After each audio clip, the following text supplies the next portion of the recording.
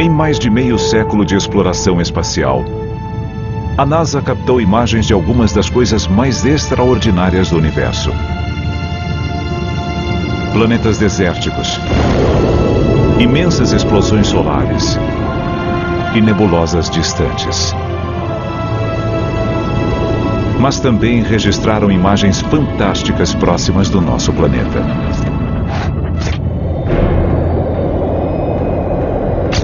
Objetos que parecem desafiar a lógica, voando perto da atmosfera da Terra. Antigos astronautas da NASA continuam intrigados com os fenômenos que presenciaram. Eu não sabia o que era aquela coisa e continuo não sabendo hoje. Existe explicação para essas visões? Eu concluí que só podia ser algum tipo de espaçonave. As pessoas veem coisas no limite da própria visão e preenchem os outros detalhes com suas fantasias e medos. Há evidências de uma civilização extraterrestre avançada? Os extraterrestres são criaturas planetárias que deixaram seu planeta e estão visitando outros sistemas solares. Tenho certeza de que alienígenas visitam o nosso planeta. Imagens oficiais incríveis. Uma coisa podemos dizer sobre essas imagens da NASA, são incontestáveis. Nas grandes missões do nosso tempo, revelamos os estranhos achados da NASA no espaço. Segredos da NASA. Missão Flight Ship 7. 20 de fevereiro de 1962. John Glenn se preparava para uma missão histórica. Ele seria o primeiro norte-americano a orbitar a Terra. Glenn prepares to go to the 11th deck as clocks point to 6 a.m. Eastern Standard Time. A NASA escolheu propositalmente um herói da Segunda Guerra, conhecido por suportar pressões extremas. Às 11h03, John subiu na plataforma do foguete. The seconds tick off as his rendezvous with space approaches. Tenho certeza de que John Glenn ficou bastante nervoso enquanto estava dentro da cápsula esperando pelo lançamento do Friendship 7. O foguete auxiliar Atlas não tinha sido muito bem sucedido nos testes. Aconteceram acidentes muito violentos com ele. Apesar disso, John estava pronto para arriscar sua vida pela missão. Godspeed, John Glenn.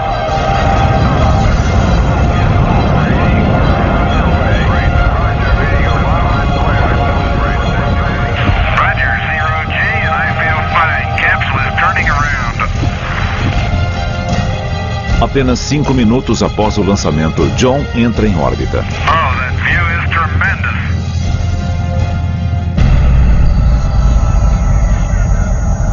Mas então, John presencia algo totalmente inesperado. Reconstituição. Luzes velozes e nebulosas cercam sua cápsula. Um grande número delas envolve a espaçonave. I never saw anything like it. They're coming by the capsule and they look like little stars, a whole shower of them coming by. They swirl around the capsule and go in front of the window and they're all brilliantly lighted.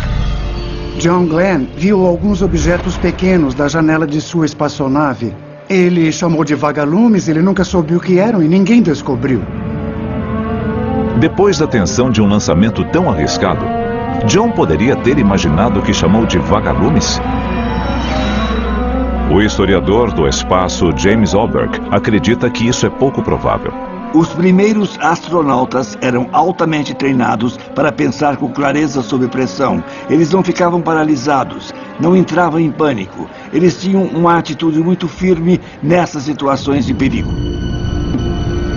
Se ele não as imaginou, o que eram aquelas luzes? Seu colega astronauta Story Musgrave presenciou um fenômeno semelhante e acredita que sejam partículas de gelo. Existem milhares de pedaços de gelo. São de uma beleza impressionante. E ficam mais bonitos ainda quando se afastam porque eles giram.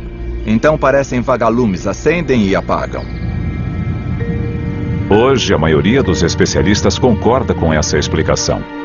Mas John Glenn inaugurou uma nova era da exploração humana, em que cada lançamento era uma viagem ao desconhecido. Procurar indícios de vida extraterrestre pode parecer estranho, mas a maioria dos cientistas hoje acredita que a existência de vida em outros lugares do universo é altamente provável. Deve ser porque estamos encontrando cada vez mais planetas, já são 1.500 numa pesquisa recente. E pensar que nenhuma forma de vida evoluiu nesses planetas, que estamos sozinhos no universo, me parece absurdo. É como voltar a pensar que a Terra é o centro do universo. Encontramos vida em todo tipo de ambientes aqui na Terra. Inclusive, estamos descobrindo planetas que são parecidos com a Terra. E esses indícios, essas descobertas, levam para a mesma direção, ou seja, que talvez exista vida lá fora.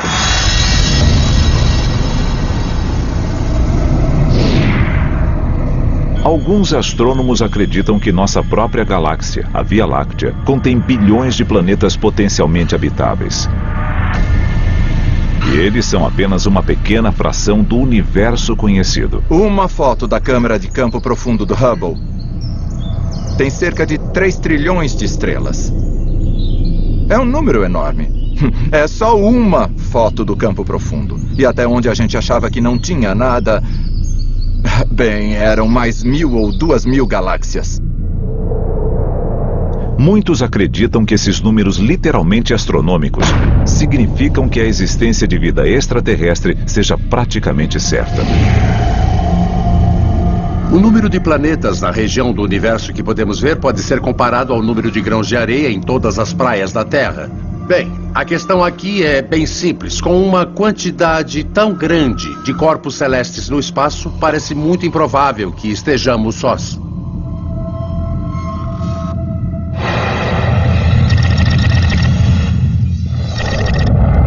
(3 de junho de 1965). A bordo da Gemini 4, o astronauta Ed White começa a primeira caminhada espacial americana. O piloto e comandante James McDivitt observa do interior da cápsula. No dia seguinte, Ed White está dormindo enquanto a Gemini atravessa o Oceano Pacífico.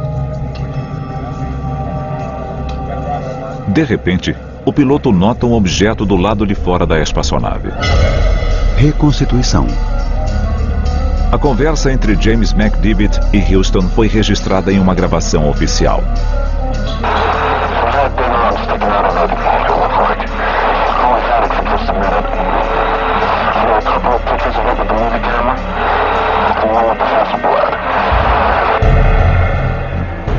Na Terra, a NASA e o NORAD, o Comando de Defesa Aeroespacial da América do Norte, tentam identificar o avistamento. O objeto artificial mais próximo está localizado a quase 2.000 quilômetros de distância. Nick Pope era o investigador oficial de OVNIs do Ministério da Defesa da Grã-Bretanha. Ele estudou milhares de avistamentos ocorridos há até 50 anos. Não havia qualquer contradição entre o que James McDivitt viu e relatou, nem tampouco o que o NORAD sugeriu que ele havia observado. Observadores acreditam que o objeto era parte da cápsula da Gemini. James McDivitt discorda. Ele ainda insiste que não era um de seus propulsores. Ele diz que olhou e que não era. Jornalistas especulam que ele teria visto um satélite espião secreto. Naquela época, nos anos 60, havia satélites que eram lançados sem ninguém saber. Há motivos para desconfiar que alguém tenha lançado um satélite em segredo. Então não tinha como saber o que era aquilo. Mas a NASA confirma que não havia satélites secretos naquela área. Em 7 de junho, a cápsula Gemini pousa no Oceano Atlântico.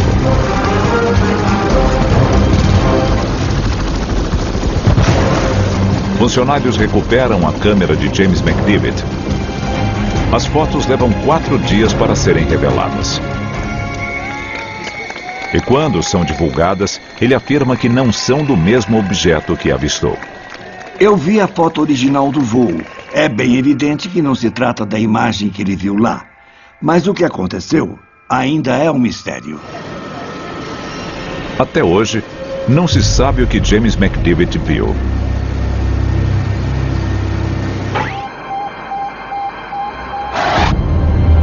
Seth Shostak é astrônomo sênior do Projeto 7, busca por inteligência extraterrestre.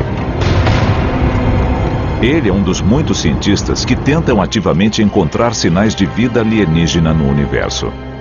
Encontrar evidências de outra espécie inteligente mudaria o futuro da nossa espécie para sempre. O Rádio Observatório do SETI está instalado perto da Floresta Nacional de La Salle, na Califórnia. É um lugar lindo, adoro vir aqui, mas é meio isolado. E é claro, por isso está aqui. Queremos nos afastar da chamada interferência artificial. Dia após dia, Seth Shostak e seus colegas varrem o céu em busca de um sinal do espaço.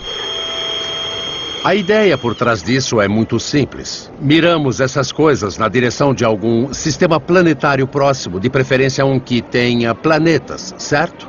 Sincronizamos a frequência de rádio mais ampla possível para detectar um sinal. Porque se captarmos, significa que são inteligentes para construir um radiotransmissor. A cada ano, os cientistas descobrem mais e mais planetas fora do nosso sistema solar. E Seth Shostak acredita que estamos prestes a ouvir sinais de um deles.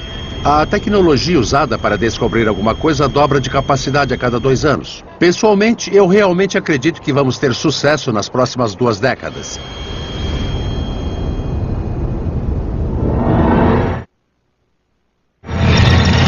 Missão Gemini 7. 4 de dezembro de 1965.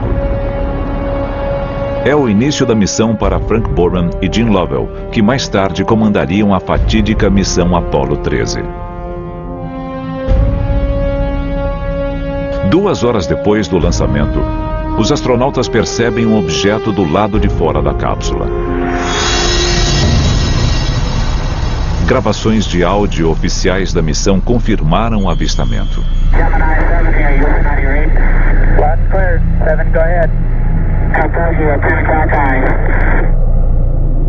Gene Lovell, um ex-piloto da Marinha, usa a palavra em inglês bogey, um termo que descreve uma aeronave inimiga.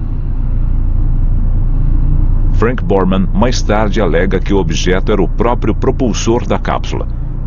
Mas transcrições oficiais feitas durante a missão sugerem uma interpretação diferente. A NASA pergunta: é o propulsor ou um avistamento real? Jim então responde: temos vários avistamentos reais, ao que parece, e o propulsor também está à vista.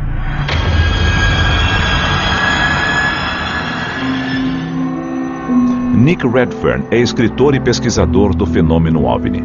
Ele comenta essa contradição. O interessante é que na transcrição ele diz: podemos ver o propulsor. É evidente que o propulsor não poderia estar em 2 lugares ao mesmo tempo. É óbvio que outra coisa estava acontecendo. Nick Pope também duvida que os astronautas teriam confundido o propulsor com outro objeto. Os astronautas, sem sombra de dúvida, são altamente treinados em termos de observação e de confiabilidade. A pergunta inevitável que veio depois foi: seria um OVNI no sentido de um disco voador ou era um OVNI no sentido de ser uma coisa no céu que não foi identificada? Alguns especialistas espaciais alegam que o objeto era parte de um grande aglomerado de destroços, mas Nick ainda não está convencido. Algumas pessoas dizem que eram só peças do propulsor do foguete se afastando da cápsula, mas a verdade é que nós não sabemos.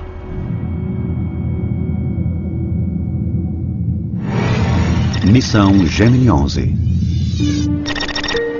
12 de setembro de 1966. Pete Conrad e Richard Gordon se preparam para a 17ª missão espacial tripulada americana.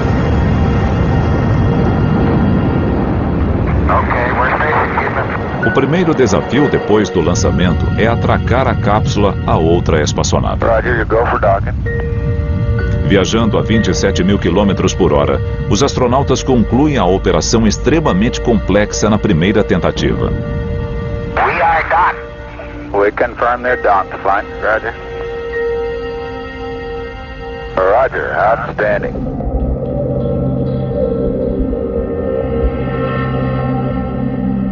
No dia seguinte, os astronautas veem uma coisa do lado de fora da Gemini 11 que não conseguem identificar.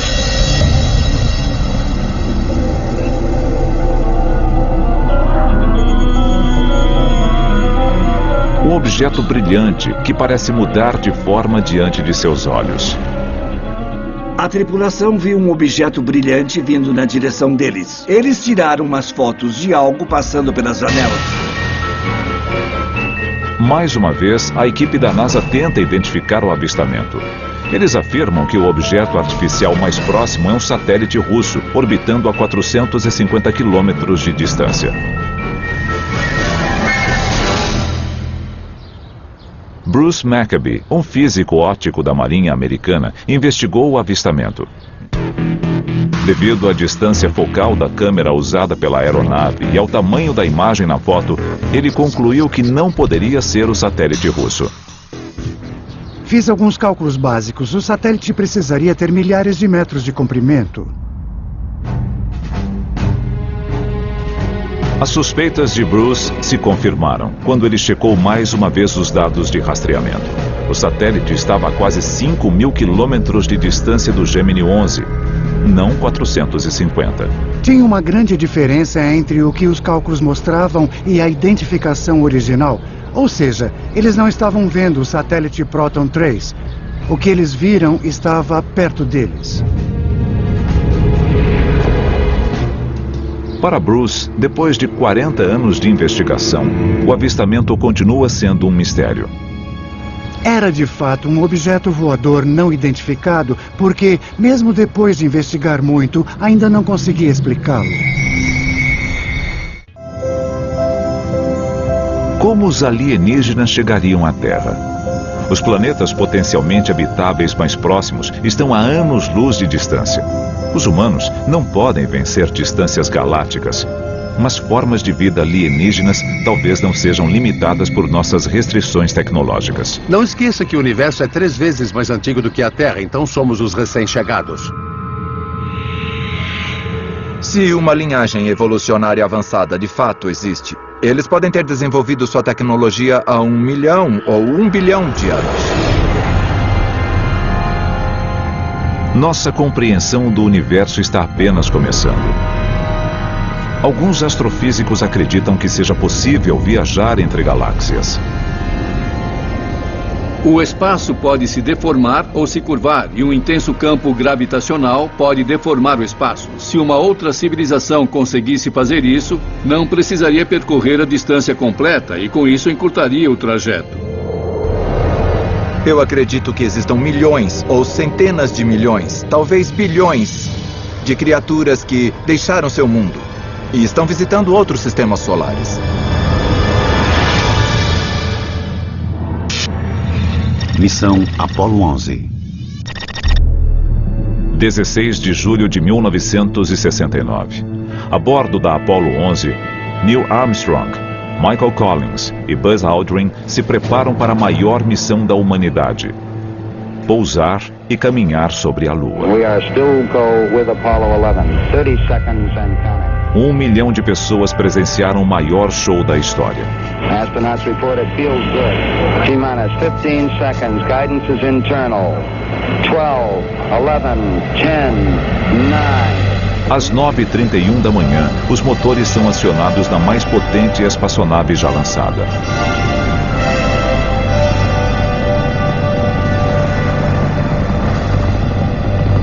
Alan Bean, um dos astronautas da Apollo 12, descreve a experiência. O pensamento que passou pela minha cabeça foi: espero que o metal dessa espaçonave seja forte o bastante para suportar toda a vibração. Nunca imaginei que os equipamentos suportariam aquilo e ainda funcionassem.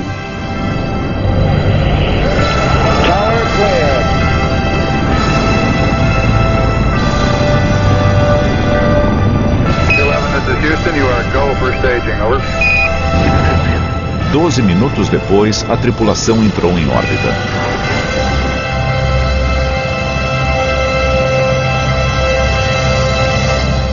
Eu fiquei procurando o fio que segura a Terra por um segundo. Não dá para passar de repente de terráqueo para espacial. É impossível.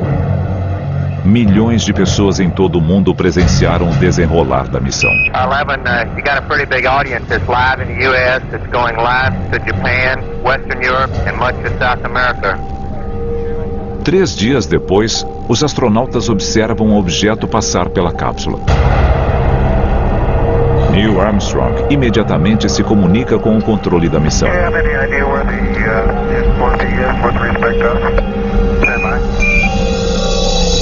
Eles não iam se comunicar com Houston a menos que fosse algo que não pudessem explicar. O S-4B a que Neil Armstrong se refere é um grande segmento do foguete Saturno V. Segundo a NASA, os dados de rastreamento sugeriam que ele estava a 10 mil quilômetros de distância e seria difícil de vê-lo. Os astronautas sabem que não podem anunciar o que estão vendo para milhões de pessoas na Terra. Os astronautas são altamente treinados e são heróis nacionais. Era de se esperar que eles não quisessem falar de OVNIs e que fossem pressionados a não falar. A tripulação não faz novos relatos do avistamento durante a missão. O Buzz Aldrin depois disse que não falou com Houston porque não queria criar pânico sobre OVNIs. O avistamento ainda não foi explicado.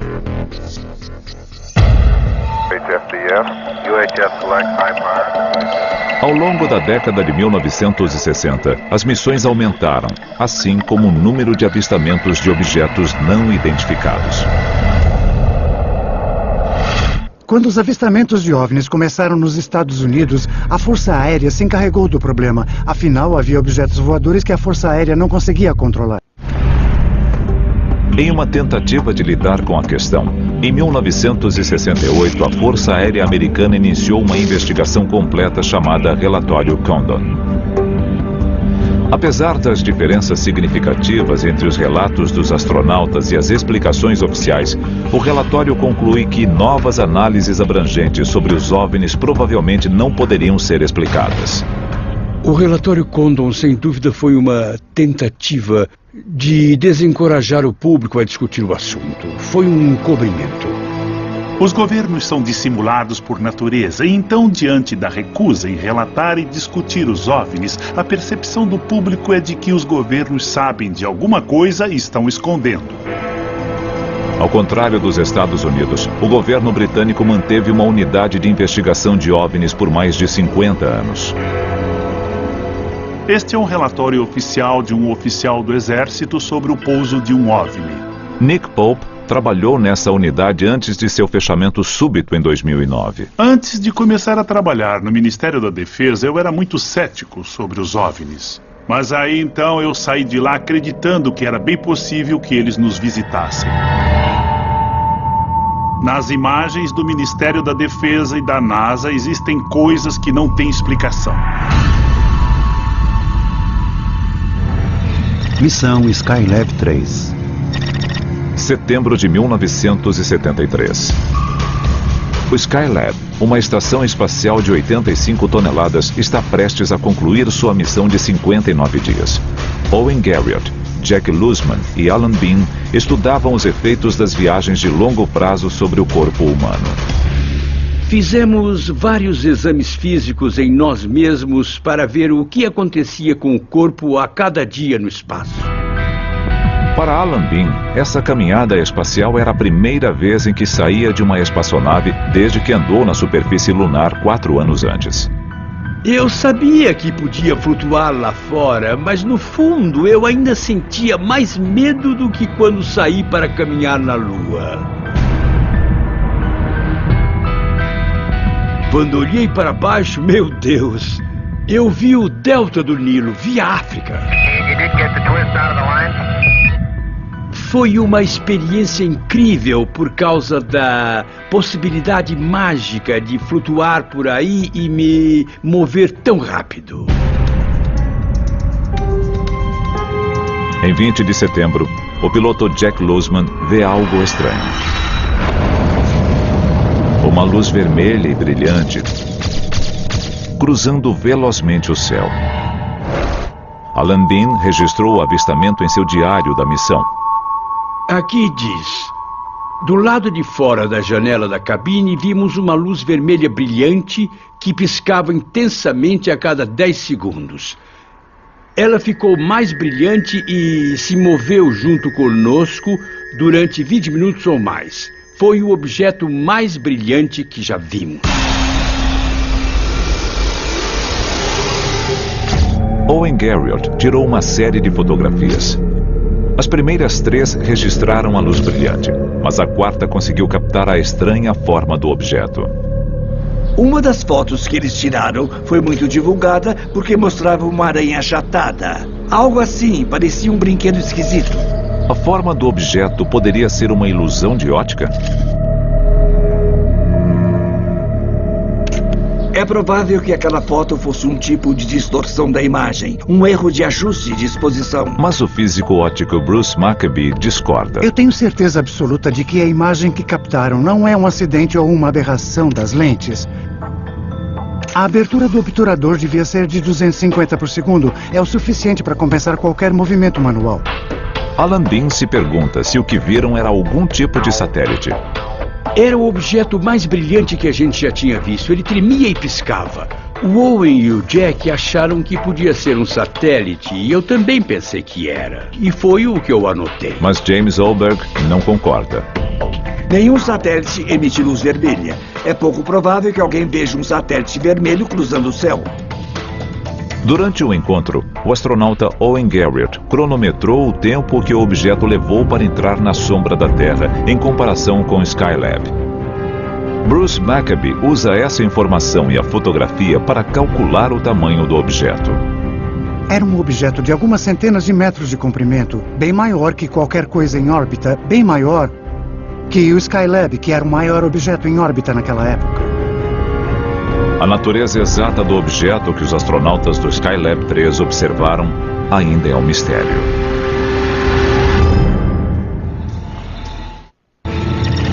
Missão STS-48.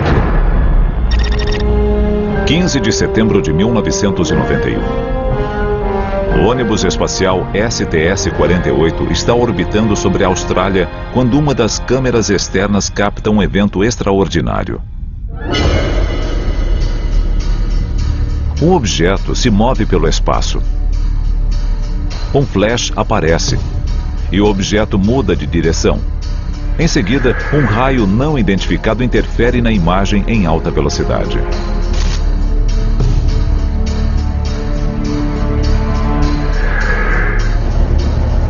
James Ohlberg trabalhava no controle da missão quando o incidente aconteceu. O vídeo da STS-48 é um caso clássico de avistamento de OVNI, por causa dos pontos que aparecem na tela, da mudança de curso em alta velocidade e passando perto da cápsula como se fosse intencional. O físico Jack Kasher analisou horas de imagens da NASA. Com alguma frequência aparece alguma coisa muito difícil de explicar. Depois de estudar as imagens, quadro a quadro, ele descartou as explicações mais óbvias. Não é lixo espacial, ele não muda de direção. Não é um meteoro, eles não mudam de direção. E um cometa não entraria na atmosfera. James Ohlberg acredita que o objeto seja um pedaço de gelo. A forma como as coisas do lado de fora da nave se movem é totalmente incomum, o que é esperado porque é no espaço. E se um propulsor queima ou alguma coisa vaza, pode ser projetado em uma trajetória diferente. Mas John Kasher discorda. O objeto se move e depois literalmente para por meio segundo. Se essa coisa fosse um pedaço de gelo, não poderia fazer isso. Acho que qualquer cético que tente desacreditar alegando que é um pedaço de gelo está enganado. Se esse objeto não foi feito pelo homem, nem é natural, o que poderia ser? Eu concluí que só pode ser algum tipo de espaçonave. Mas e quanto ao flash que aparece assim que o objeto muda de direção?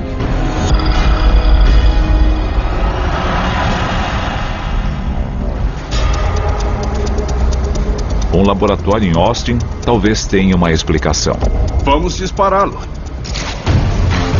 O cientista Todd Dittmeyer aciona o Texas Perawatt, o laser mais potente do mundo. Este laser produz um pulso com potência de 1.000 trilhões de watts. Colocando em perspectiva, essa é 2.000 vezes a produção de energia de todas as usinas elétricas do país. Pulsos de laser com tamanha potência poderiam ter aplicações militares potencialmente devastadoras. Houve empolgação com a chance de usar o laser como arma durante muitos anos, desde sua invenção nos anos 60. Era porque se alguém tivesse uma bala que viajasse à velocidade da luz, seria potencialmente letal. O flash que aparece no vídeo da STS-48 poderia ser um laser? Segundo Dittmeyer, é pouco provável. A maioria desses lasers funcionam em infravermelho, que não podemos ver. Então, na verdade, em qualquer arma a laser, seria praticamente impossível ver o raio. Mas o laser é apenas um tipo de arma espacial. Kesher trabalhou no programa Guerra nas Estrelas do governo Reagan na década de 1980. Ele especula se o flash não seria uma forma de arma de energia dirigida. Algumas pessoas podem achar que isso talvez seja algum tipo de arma de raio de partículas desconhecido. É uma possibilidade que não posso descartar. O avistamento da missão STS-48 continua sem solução. Missão STS-75. 25 de fevereiro de 1996. O Columbia orbita a 320 quilômetros da superfície terrestre, preparando um dos mais fantásticos experimentos da história da NASA. A instalação de um satélite acoplado a um cabo de 19 quilômetros de comprimento. Franklin Chang Dias, detentor do recorde mundial de participação no maior número de lançamentos da NASA, é o especialista a bordo da missão. A instalação do cabo foi um experimento muito interessante em eletrodinâmica. Basicamente, ele criou um gerador de dimensões cósmicas. A tripulação pretendia estender o cabo através do campo magnético da Terra, gerando eletricidade.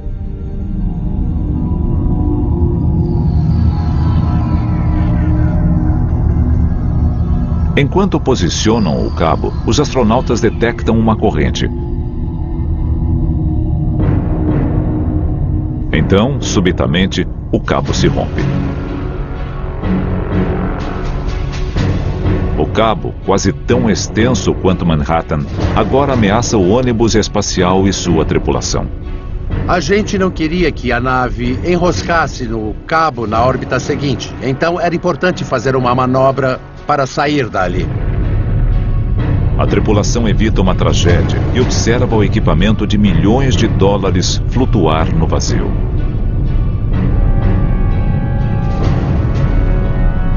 Tudo o que podiam fazer era continuar filmando, e foi o que fizeram. Deram um close no cabo, e essas imagens se tornaram um incidente da STS-75. Just getting the image. We see a long line, a couple of star-like things, and a lot of things swimming in the foreground. A câmera registra uma série de objetos voando ao redor do gigantesco cabo. O analista fotográfico Mark D'Antonio é fascinado por essas imagens. Esses objetos grandes que parecem estar flutuando atrás do cabo têm um formato muito definido e por isso parecem ser algum tipo de veículo construído por vida inteligente.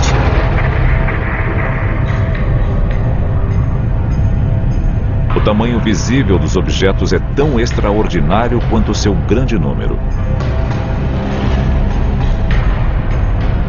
O cabo está a vários quilômetros de distância e tem 19 quilômetros de comprimento. E esses objetos parecem ter quilômetros de extensão.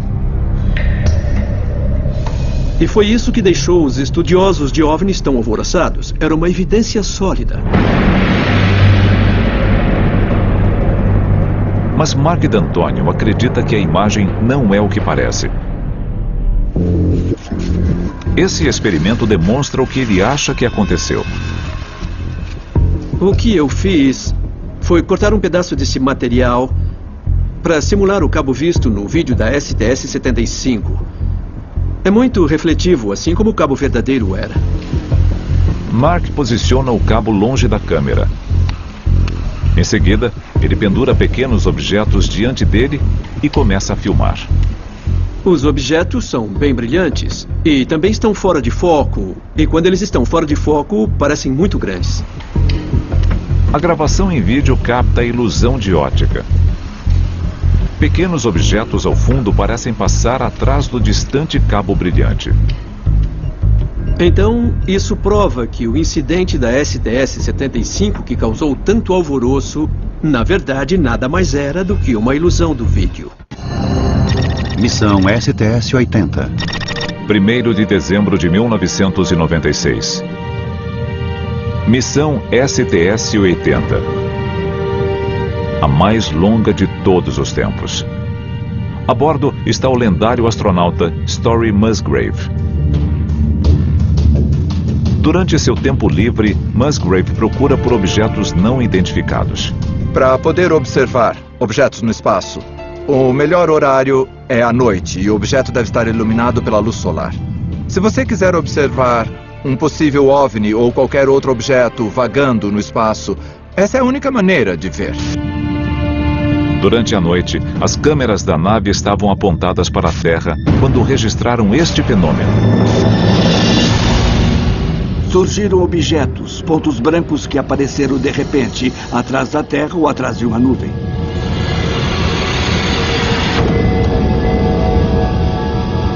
Em seguida, os objetos parecem formar um círculo.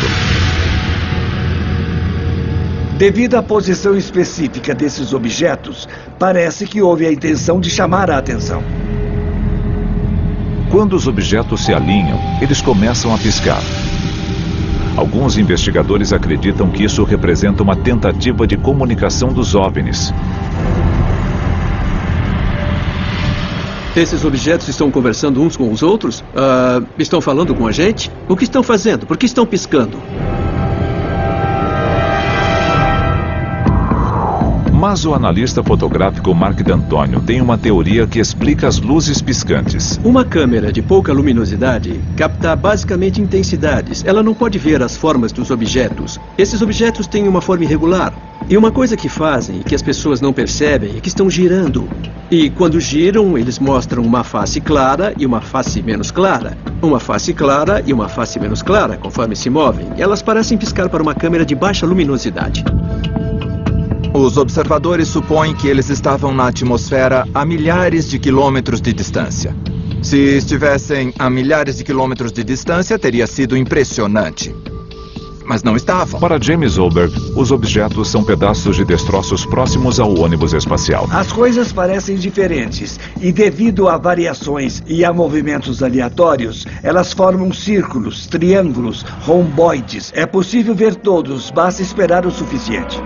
Apesar de acreditar que as imagens da STS-80 possam ser explicadas, Story Musgrave não diz o mesmo de avistamentos em duas outras missões. Ele viu e filmou este objeto 2 vezes. Achei que se parecia com uma cobra. Fiquei impressionado porque tinha movimento interno. Musgrave entra em contato com o controle da missão. Eles também não conseguem identificar o objeto. Eu tentei descobrir, mas não sei o que era. Até hoje, Musgrave não tem uma explicação satisfatória para o que viu. Eu não sei o que era aquela coisa e continuo não sabendo hoje. Não identificado e desconhecido.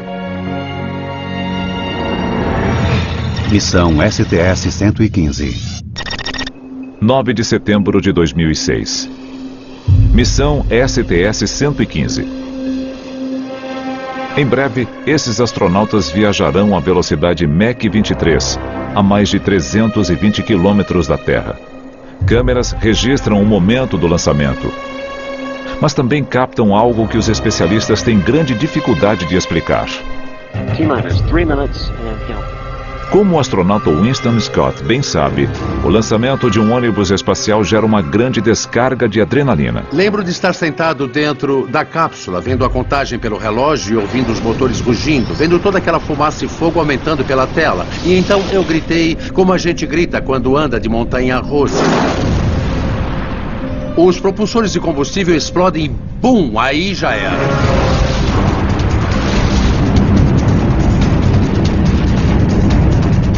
Um empuxo de quase 3,6 milhões de quilos arranca o Atlantis da plataforma de lançamento. Depois de 45 segundos, o ônibus rompe a barreira do som. O Atlantis agora queima uma piscina de combustível a cada 25 segundos. Depois de 2 minutos, os aceleradores recuam um pouco, a potência é reduzida e tem uma explosão violenta. Bum! Como um tiro de canhão.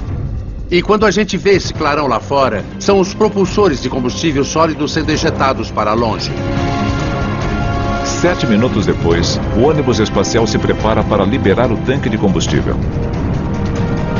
Enquanto a câmera filma o tanque de combustível da STS-115, ela também capta essa imagem inexplicável no lado direito da tela. Observando esse objeto triangular se mover, ele parece acompanhar o movimento do tanque externo. O movimento e a forma do objeto atraem a atenção. Quando a gente pensa em uma nave extraterrestre, geralmente é um objeto em forma de disco. Mas nós vemos mais do que isso. Vemos triângulos, vemos formas de charuto, vemos caixas. Veja, muita gente já viu espaçonaves triangulares. E, nesse caso específico da STS-115, o que vemos? Um objeto de forma triangular, o que é muito interessante. Uma verdadeira espaçonave alienígena teria uma aparência totalmente diferente de tudo que conhecemos. Mas Mark acredita que tem uma explicação para a imagem. Uma das conclusões que eu tirei é que, muito provavelmente, isso era um reflexo na janela através da qual o astronauta estava filmando, e alguma coisa brilhante atrás do astronauta. As pessoas veem coisas no limite da própria visão e preenchem os outros detalhes com suas fantasias e seus medos. Ninguém sabe o que a NASA encontrou em muitas de suas missões. Ou que forma um contato alienígena assumiria. A vida é muito diversa, ela pode se adaptar a todo tipo de condições que sequer imaginamos. Costumamos pensar nos alienígenas, por exemplo, como algum tipo de corpo que sai de uma espaçonave. Mas não poderia ser o equivalente a, não sei, um tipo de alga alienígena? Se continuarmos pensando que somos o único planeta com vida em um universo tão vasto, com trilhões e trilhões de planetas, estamos nos limitando. Embora ainda não haja provas sólidas da existência de vida extraterrestre, para observadores como Nick Pope, a pergunta não é se os alienígenas visitarão a Terra, é se eles já o fizeram. Os extraterrestres podem já estar aqui e nós nem percebemos. Talvez devêssemos pensar de formas diferentes e procurar em lugares diferentes. Versão brasileira, Vox Mundi.